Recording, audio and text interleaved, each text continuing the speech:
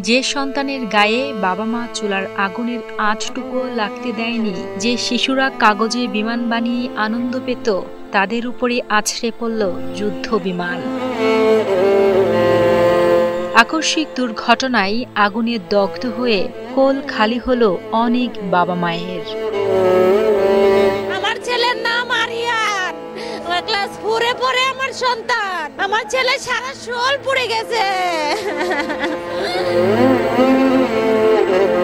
মাইলস্টোনের শান্ত প্রাঙ্গণ মুহূর্তেই পরিণত হলো বিভীষিকাময় এক ধ্বংসযজ্ঞে। যেখানে স্কুল শেষে খেলাধুলায় মেতে ওঠার কথা ছিল কোমলমতি শিশুদের, আদরের খুকি হয়তোবা বাড়িতে গিয়ে জড়িয়ে ধরত বাবাকে, কিন্তু হাসি মাখা সেসব মুখ মলিন হলো নিমিষেই। ছুটি হবে একটু পর সবাই ছিল। তাদের কেউ কেউ এখন শুয়ে আছে হাসপাতালের মর্গে, কেউ গুরুতর আহত হয়ে ছটফট করছে হাসপাতালে, আবার কেউ বা ভুগছে মৃত্যু যন্ত্রণায়। 21শে জুলাই দুপুরে প্রশিক্ষণকালে রাজধানীর ঢাকা উত্তরা দিয়াবাড়িতে অবস্থিত মাইলস্টোন স্কুল অ্যান্ড কলেজের হায়দার হলের ক্যান্টিনের ছাদে বিধ্বস্ত হয় বাংলাদেশ বিমান বাহিনীর একটি F-7 বিজিআই যুদ্ধ বিমান।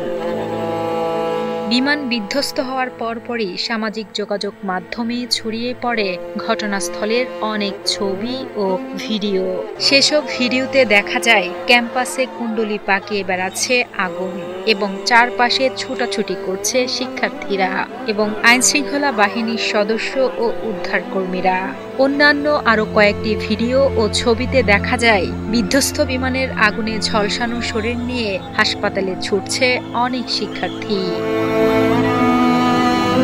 এই ঘটনার পরপরই ফায়ার সার্ভিস ও সিভিল ডিফেন্সের পক্ষ থেকে জানানো হয় বিমানটির পাইলট ফ্লাইট লেফটেন্যান্ট তৌকির ইসলাম সাগর সহ অন্তত 20 জন নিহত হয়েছেন। নিহতের সংখ্যা বাড়তে পারে আরও, আহতদের সংখ্যা 150 ছাড়িয়ে গেছে।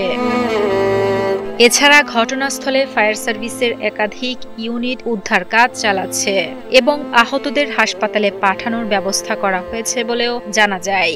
বাংলাদেশ আন্তঃবাহিনী জনসংযোগ পরিদপ্তর ISPR জানিয়েছে, আহতদের সম্মিলিত সামরিক হাসপাতাল CMS, জাতীয় বার্ন ও প্লাস্টিক সার্জারি ইনস্টিটিউট সহ রাজধানীর 6টি হাসপাতালে চিকিৎসা দেওয়া হচ্ছে। এদিকে ঘটনাস্থল ও হাসপাতালে গিয়ে নিখোঁজ সন্তানদের হন্য হয়ে খুঁজছে অনেক বাবা মা। স্বজনদের কান্না আর আহাজারিতে ভারী হয়েছে সেসব হাসপাতাল। সবার চোখে মুখে ফুটে উঠেছে উদ্বেগ আর আতঙ্কের ছায়া। ওদের ক্লাসের পিছনে নাকি বিমান পড়ছে, এরপর আর আমি আমার ছেলেকে দেখি নাই, এখন জানি না কি অবস্থা।